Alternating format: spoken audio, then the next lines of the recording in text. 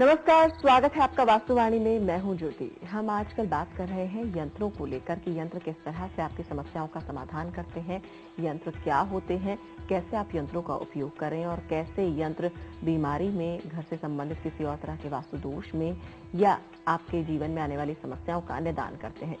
लेकिन आखिर इन यंत्रों को उपयोग कैसे किया जाए? क्या इन्हें बाजार से खरीदकर घर में लगा दिया जाए? क्या ये प्रभावकारी होंगे? और किस तरह से यंत्रों की धातु क्या मायने रखती है? उनमें जो तत्व होते हैं क्या वो मायने रखते हैं, वो प्रभाव डालते हैं? जो संख्याएं होती हैं वो किस तरह से प्रभाव डालती हैं? इन तमाम बातों पर हम चर्चा करेंगे और जानेंगे कि यंत्रों को किस तरह से उपयोग में लाएं। और ये सब हमें बताएंगे हमेशा की तरह हमारे साथ मौजूद है स्टूडियो में अंतर्राष्ट्रीय ख्याति प्राप्त ज्योतिषविद एवं वास्तुविद सर्वांग जी। सर्वांग जी, बहुत बहुत स्वागत है आपका। नमस्कार दर्शकों। सर्वांग जी, हम पिछले कुछ समय से चर्चा कर रहे हैं यंत्रों को लेकर। तमाम बातें आपने हमें बताई कि यंत्र आखिर होते क्या हैं, यंत्रों में जो आकार है उनका क्या महत्व होता है, यंत्रों से कैसे वास्तु दोषों को दूर किया जाए और कैसे तमाम और जो दिक्कतें आ रही हैं जीवन में उन्हें दूर करते हैं यंत्र। लेकिन यंत्रों को उपयोग में कैसे लाया जाए, ये एक बड़ा विषय है। यंत्रों को क्या बाजार से खरीदकर सीधे रख दिया जाए? क्या वो प्रभावकारी होते हैं? क्योंकि अक्सर आप बताते हैं यंत्र, मंत्र और तंत्र, ये जब तक तीनों नहीं मिलते तब तक ये पूर्ण नहीं होते। तो कैसे मंत्रों का इनमें महत्व है, यंत्रों में कैसे वो विधि विधान है, कैसे इनको करा जाए, तो प्रत्येक यंत्र के लिए ये कितना महत्वपूर्ण है, ये हमें बताएं। बिल्कुल, दर्शकों को सबसे ज्यादा लाभ यंत्रों के बारे में बताने से तभी होगा जब उनकी प्रयोग विधि वो जान लें। और यंत्र इसके अलावा भी आप देखो, यंत्र भुजा में धारण किए जाते हैं, यंत्र गले में पहने जाते हैं, उसके अंदर भी यंत्र लिखे होते हैं, अंकों से रिलेटेड यंत्र होते हैं, अलग अलग धातुओं के यंत्र होते हैं। तो सबसे पहली बात यह है कि यंत्रों को कैसे प्रतिष्ठित किया जाए, कैसे यंत्रों को जो किस तरह के यंत्र बन सकते हैं, इसमें सबसे क्या इसमें सर्वांग जी धातु भी बहुत महत्व रखती है? बिल्कुल बिल्कुल बिल्कुल। देखिए, जो सबसे प्रधान 3 धातुएं हैं, सोना, चांदी और तांबा जी, इनका प्रयोग यंत्र में बहुतायत होता है।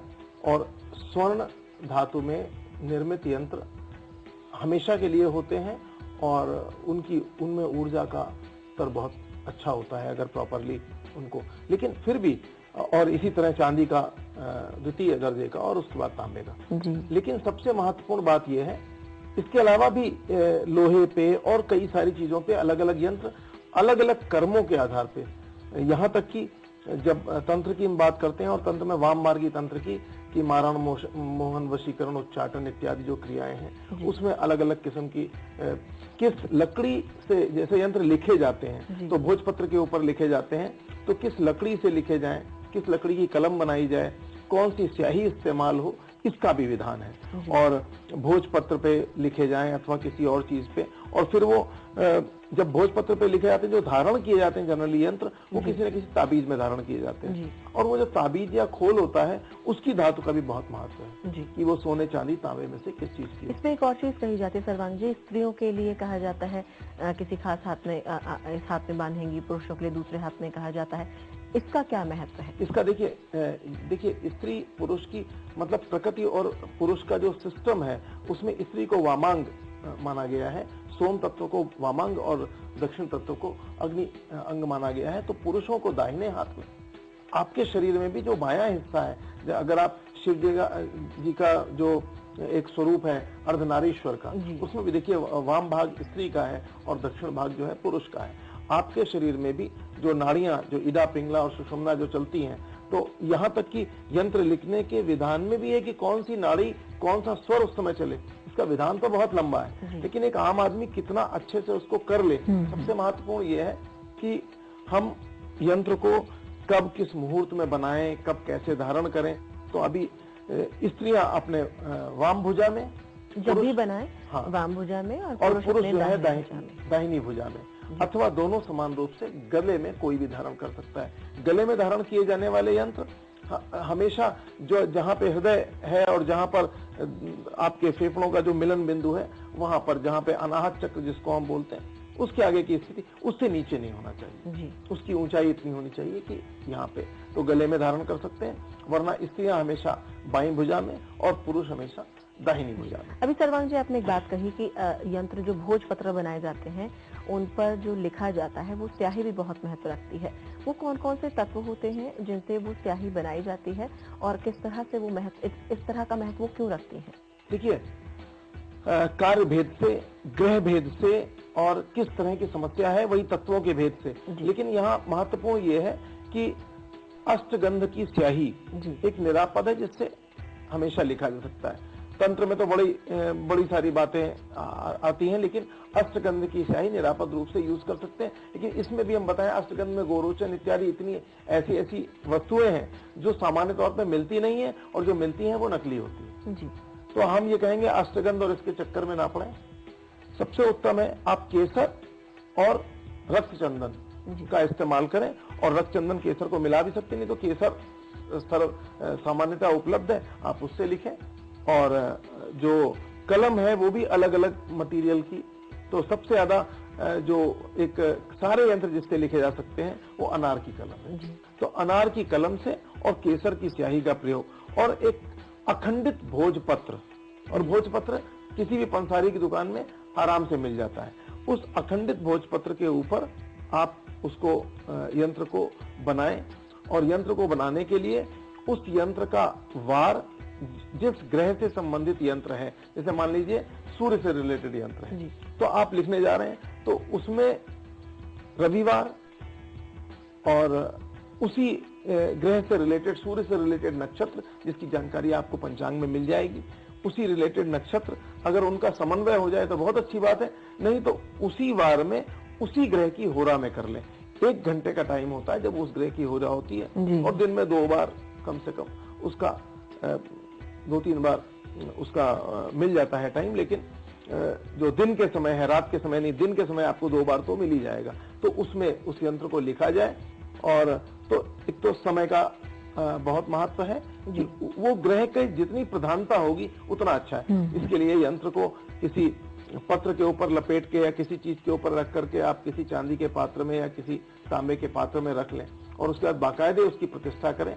उसमें जैसे किसी देवी देवता का पूजन करते हैं वैसे पूजन करें, और पंचामृत इत्यादि से पूजन करके जिस ग्रह से संबंधित मंत्र है उसकी कम से कम 1 माला तो अवश्य करें, लेकिन विशेष प्रतिष्ठा तब होती है जब उस मंत्र में जितने अक्षर हैं उतने 1000 बार कम से कम उसकी आवृत्ति हो।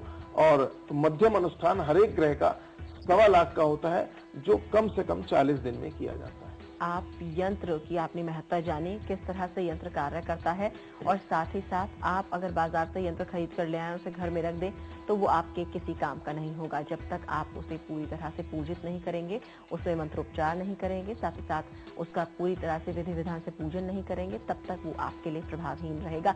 और यदि आप विधि विधान से सब कुछ करते हैं तो यही वो यंत्र है जो आपके जीवन में आने वाली समस्याओं को दूर कर देते हैं, समाधान लेकर आते हैं। रुक एक छोटे से ब्रेक के लिए, और बहुत सारी बातें जानेंगे सर्वांग जी से यंत्रों के बारे में।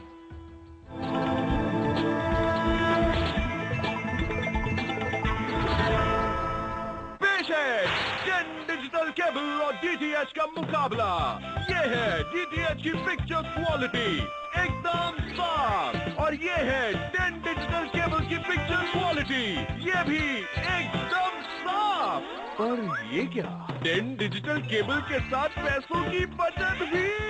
नतीजा बिल्कुल clear, Den is the winner. Den digital cable, देखे जरा। हम हैं उधर, लाखों निगाहें हैं जिधर। आपकी आउटडोर एडवर्टाइजिंग की हर जरूरत का समाधान, देश के 10 बड़े राज्यों में पहुंच। Sigma tweet wing, C165 Faizabad road, Indira Nagar, Lucknow 226016। Phone करें या मेल करें।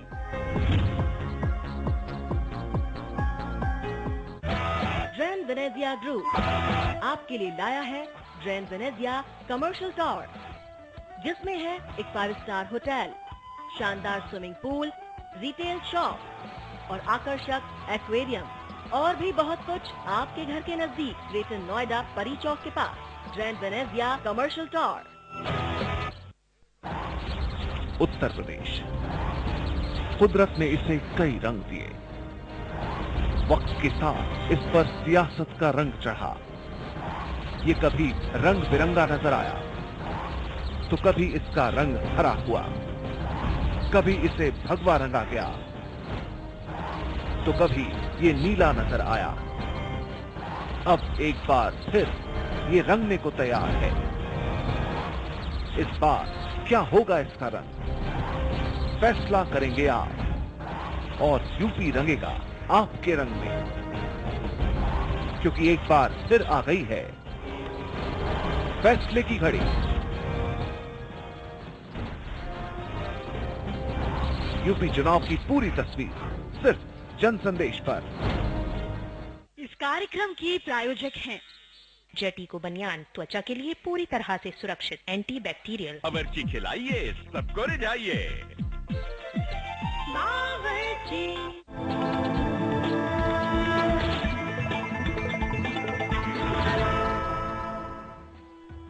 स्वागत है ब्रेक के बाद। तो दर्शकों, हमने जाना है किस तरह से यंत्रों में जब तक आप उनका पूजन नहीं करते आपके लिए वो प्रभावहीन रहते हैं, और जब आप विधि विधान से उनका पूजन करते हैं तो वो आपकी समस्याओं का किस तरह से निदान करते हैं।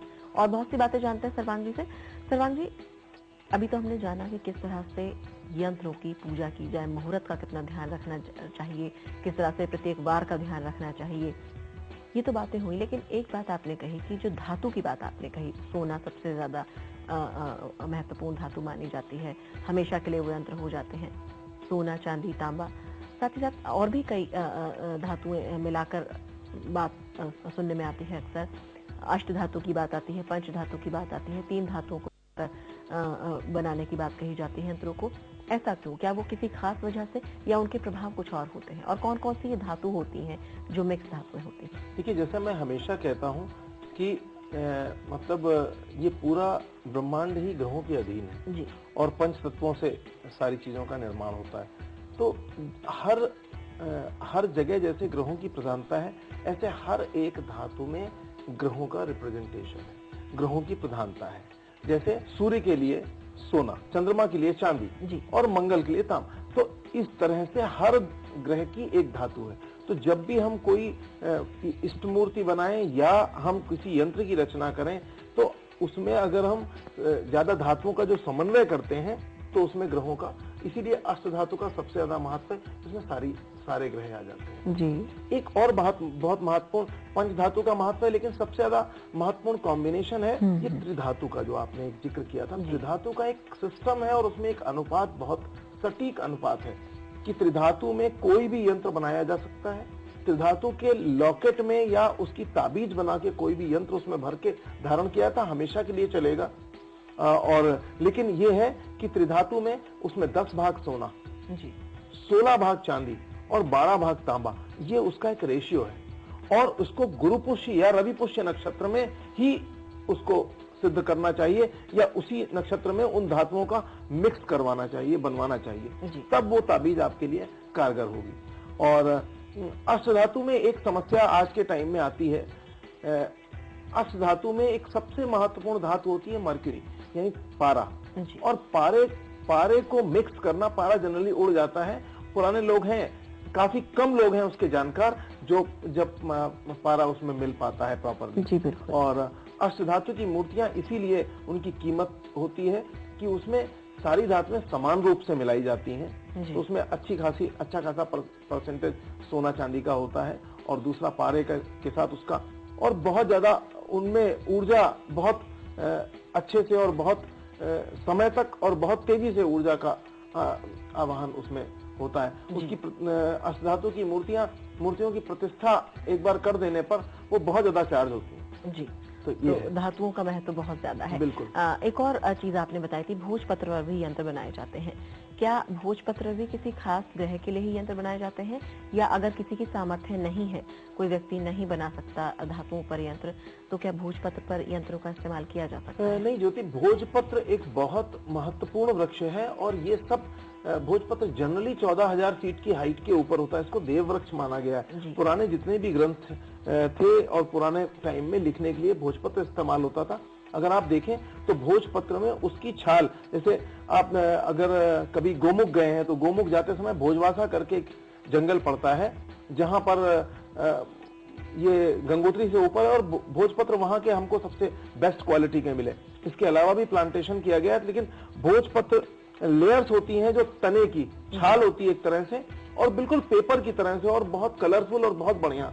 उसके तरह तरह के भोजपत्र देखने में आते हैं, उसके कलर। तो उस भोजपत्र को देववृक्ष कहा गया है। और भोजपत्र पे लिखे हुए यंत्र अगर प्रॉपरली उनका यंत्र की आकृति बनाया जाए, यंत्र की सही स्याही का प्रयोग हो, और अगर उनका प्रॉपरली उनकी प्राण प्रतिष्ठा की जाए, तो बेशक वो यंत्र हमेशा के लिए कारगर हो सकते हैं, अगर सोने की ताबीज में उसको धारण किया जाए और सही मुहूर्तों का ध्यान रखें। तो ये खास बात भोजपत्र के साथ है कि भोजपत्र का यंत्र हमेशा के लिए हो जाता है। जन सामान्य के लिए मैं एक बात बताना चाहूंगा, लेकिन भोजपत्र बनाने के साथ उसको धारण करने का मटेरियल भी बहुत जरूरी है। और एक बात बताना चाहूंगा कि भोजपत्र अखंडित होना चाहिए, और उसकी प्रतिष्ठा के समय मतलब एक बहुत उसकी स्याही का, उसकी लकड़ी का, जिससे लिखा जाए, उन सब चीजों का बहुत ध्यान रखना चाहिए। तो दर्शकों, भोजपत्र पर अगर आप यंत्र बना रहे हैं, जरूरी नहीं है कि भोजपत्र पर ही आप सभी यंत्र बना सकते हैं। ये बातें कहीं ना कहीं आपके ग्रहों के अनुकूल होती हैं। किस तरह की समस्या से आप रूबरू हो रहे हैं, कौन से ग्रह हैं जो आपकी कुंडली में कमजोर हैं, कौन से ग्रहों को आपको बल देना है, उन्हीं से संबंधित ये यंत्र होते हैं, उन्हीं से संबंधित ये तत्व भी होते हैं। बेहद महत्वपूर्ण है तत्वों का स्थान यंत्रों में, और साथ ही साथ मंत्रों का स्थान तो बहुत ज्यादा महत्वपूर्ण है ही, तभी ये यंत्र आपके लिए कारगर सिद्ध होंगे। और बहुत कुछ हम आपके लिए लेकर आएंगे, लेकिन इस छोटे से ब्रेक के बाद।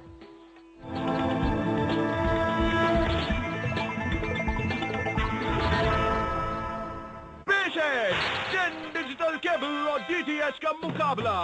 ये है डीटीएच की पिक्चर क्वालिटी एकदम साफ, और ये है जेन डिजिटल केबल की पिक्चर क्वालिटी, ये भी एकदम साफ। पर ये क्या, जेन डिजिटल केबल के साथ पैसों की बचत भी। नतीजा बिल्कुल क्लियर, जेन इज द विनर। जेन डिजिटल केबल, देखे जरा।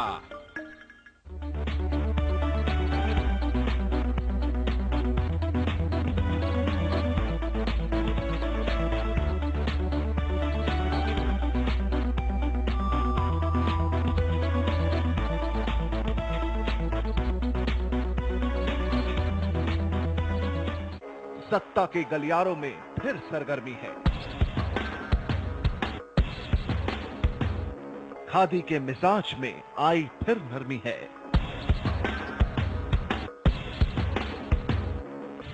अब वोट देने से पहले परखेंगे उम्मीदवार की दावेदारी। आपके शहर, आपकी तहसील, आपके गांव पहुंचकर हम आपके कटघरे में लाएंगे सियासत के खिलाड़ी। इस कार्यक्रम के प्रायोजक हैं जेटी को बनियान, त्वचा के लिए पूरी तरह से सुरक्षित, एंटी बैक्टीरियल। बावर्ची खिलाइए, सबको रिझाइए।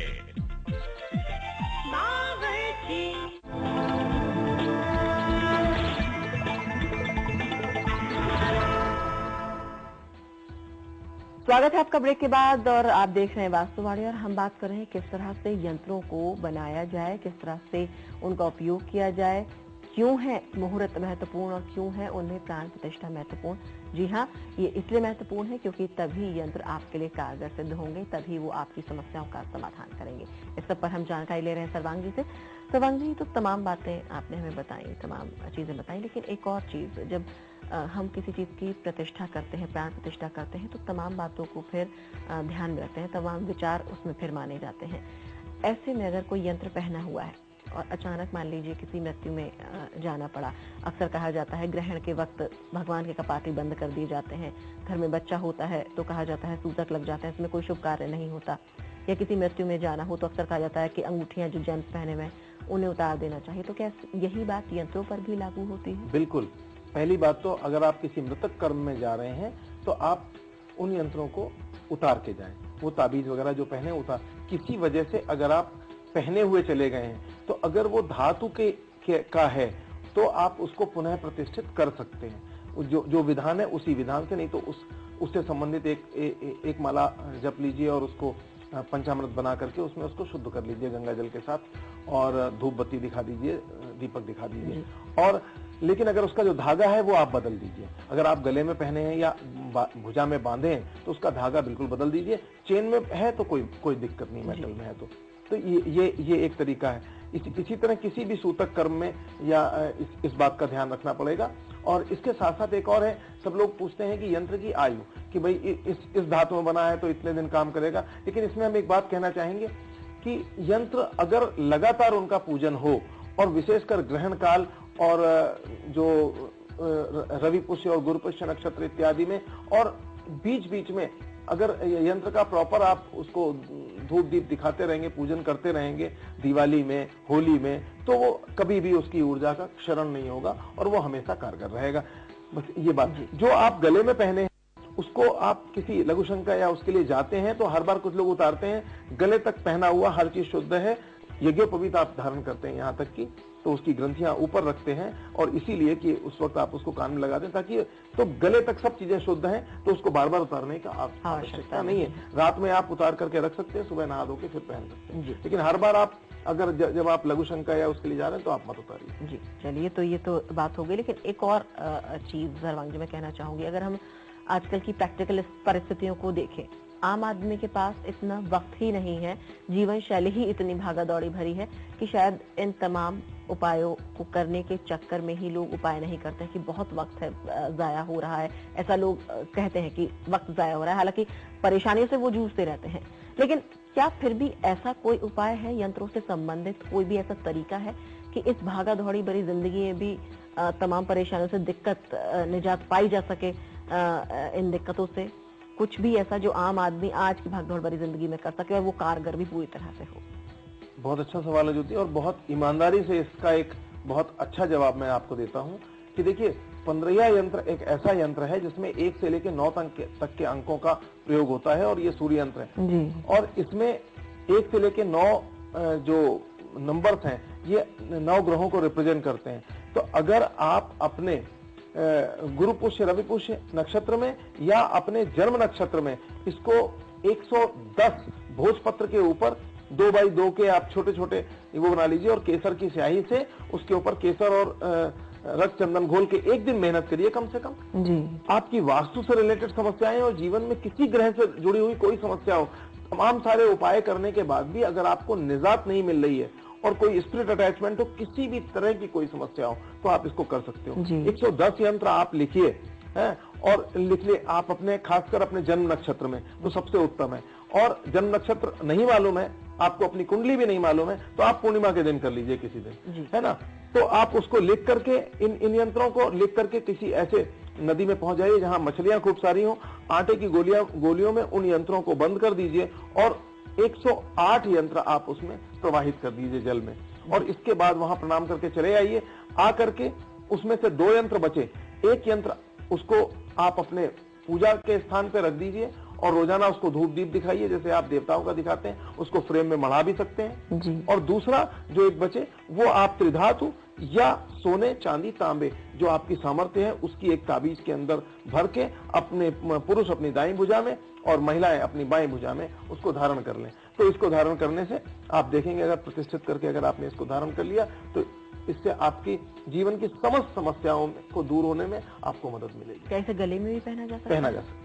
किसी धागे में या धातु में? चेन में पहन सकते हैं, सोने की या चांदी की, अथवा धागे में पहन सकते हैं। अगर धागे का रंग की अगर बात, धागे के रंग की बात, अपनी राशि के अनुसार धागे का रंग इस्तेमाल कर सकते हैं। अगर आपकी मान लीजिए राशि धनु है तो आप पीले रंग का धागा इस्तेमाल कीजिए, और आपकी राशि जो है मकर या कुंभ है तो आप काले रंग का धागा यूज कीजिए। अगर आपकी राशि कन्या या मिथुन है तो आप हरे रंग का धागा यूज कीजिए जी।